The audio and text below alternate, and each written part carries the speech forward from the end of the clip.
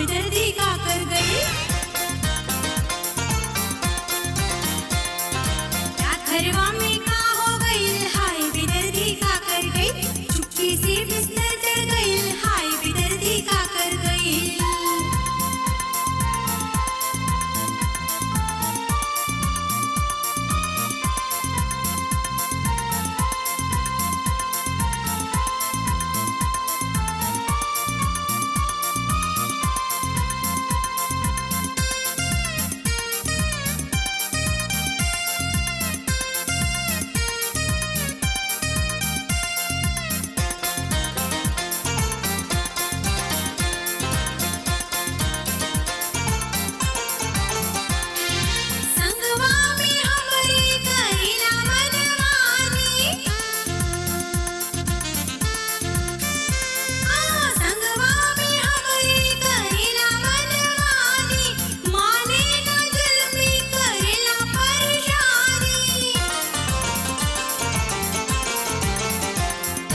इकरा कैसन हिम्मत भइल, हाय बेदर्दी का कर गई।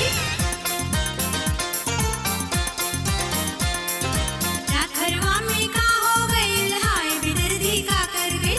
चुपके से बिस्तर चढ़ गई, हाय बेदर्दी का कर गई।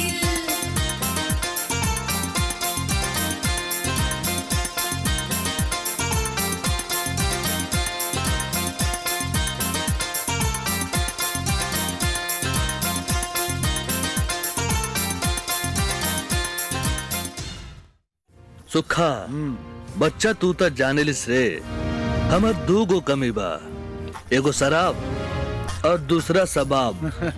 और आज तू जो हमार खातिरदारी किए हो ना, तुमको हम जन्म भर नहीं भूल पाएंगे रे। अरे का बात करता नहीं नेताजी, हम का करत बानी? अरे ये सब तो राउरे सरपरस्ती से चल रहल बा। वो सब तो ठीक है बचवा, पर अब की असेंबली चुनाव में हमार हर हालत में जीत होके के चाहिए। और उसके खातिर तू हमसे जो चीज भी चाहेगा ना, वो हम तोहरा के मुहैया करा दे। और एक को वोट भी दुश्मन के खेमा में नहीं जाए के चाहिए। अरे नेताजी अरे हमरा रहते हमरे नकारे में कौनो कमी नहीं खे। अरे इका रे ब्रजेशवा, ये सब का रे? हाँ? ये साली अंगूर के बेटी खाली कैसे हो गई? माफ कर दी भाई, गलती हो गई। तू का करत बड़े, जा जो जल्दी दूसर लेके आओ। अभी लात हैं। अब ही लावत है। कोनो बात नहीं बचवा, एक ठो बोतल अंगूर के खाली हो गई तो का बात भइल? और तो है, दूसर तो है। वो सब तो ठीक बा नेताजी, ई बिया, लेकिन हमरा रहते हुए जा ये सब खाली ना होके के चाहिए। किसनवा लेके आओ। ये नहीं भाई, साला ले भैया ले। नहीं नहीं बस और नहीं, बहुत नशा हो गई बा, अब तो हम चलत है रे। अरे बैठी नेताजी, ऐसन भी का जल्दी बा? अरे पहली बार तो हमरा के सेवा करे के मौका दिले बानी। ऐसन का तो ठीक है, बैठ जात है। अरे ले हम बैठ जात है। अब बताओ बचुआ, कोनो परेशानी तो नहीं बा? हमार मतलब कि कानून वानून के अड़चन तो नहीं बा? हैं? तू हमरा के बता दे, कोनो परेशानी हुई तो तू डरिया मत, बता दिया हमरा। कौन साला तोहरा परेशान करी, ओकर ट्रांसफर करा दे। हमके बताओ, एगो फोन करेंगे, ससुर को ऐसी जगह फेंक मारेंगे जहाँ पानी भी नहीं मिलेगा। का बात करत बानी नेताजी? अरे हमनी के रहते ही फूलपुर में तो छोड़िए, ये आसपास के 10-20 गांव में कोई भी ऐसा नहीं खे जे हमरी बात के काट देवे। हम जने से भी निकल जाई तो उन्हें औरत बच्चा तो छोड़ दी, मरद तक हमार बात नहीं के काट सकत। जेके भी कह दी उस साला हमरे हवेली में आके हाथ जोड़ के नाक रगड़ी। अरे तू आवाज तो कर, हैं? ससुर कमिश्नर और एसपी के तोहर घर बुला दे, हैं? और तो से दोस्ती करा दे।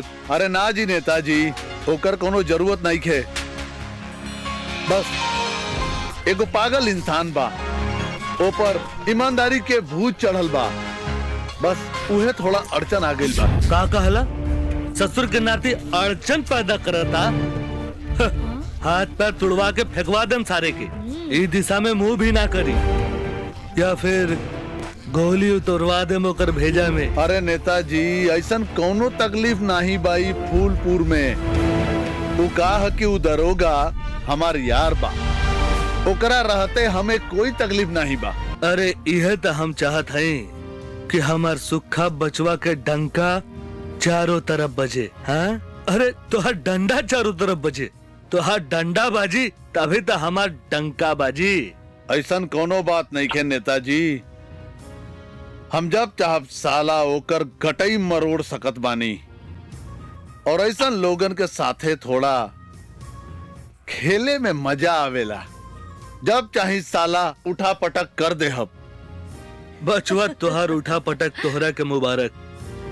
अब शराब के बाद दूसर दौर चले के चाहिए हैं? बोल बचवा। आवा आवा, जाई अरे आवा, बाय। अरे आवा ना, जा हो जा। चला आओ।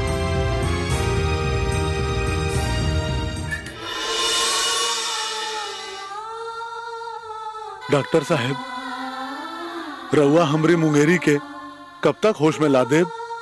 देखी अब भाई हम कुछ नहीं कह सकत। इनकर शरीर में जबरदस्त चोट लगल बा और इनकर जगह पर दोसर के रहित कबले भगवान के पास चल गए होत।